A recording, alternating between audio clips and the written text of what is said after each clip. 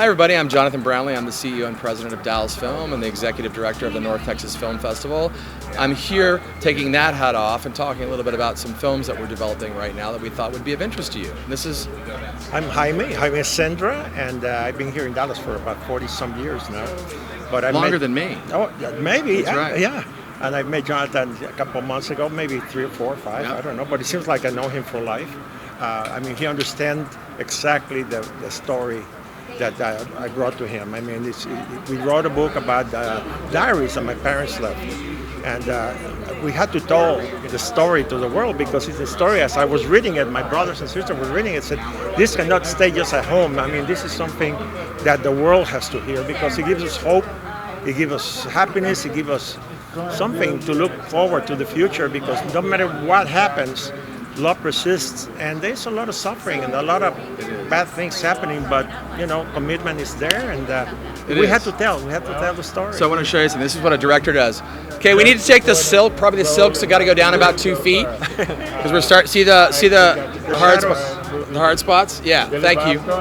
So you got to keep working every time you're working on it. Thank you. That's knowing the film. That's right. So I'm always looking for projects that I won't do something. The first thing I said, I only have maybe 20 or 30 films left in me, before I get buried.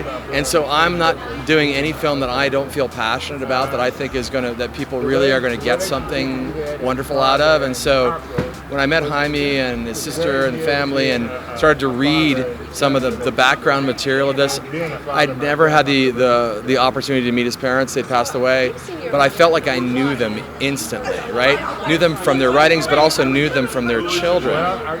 And so I recently got back from Barcelona, from Catalonia, and I got to sit in some of the places that they wrote about. I got to go and walk the same streets, and at the end of the day, for me, that's exactly what it was for me. I was like, we have to make the story, and we're definitely going to be shooting it in Catalonia and Barcelona, in that area. Yeah, well, it's very funny. Actually, I think I've probably made 4 or 5 films now that are either inspired by or based by a true story, and so it does present, a certain responsibility because you want to honor the story, but you also are making a film, right? And so you want to honor and make sure that you have the spirit of these people correct, even though sometimes some of the events, are inspired by, and you have to link these things together by things that maybe didn't happen.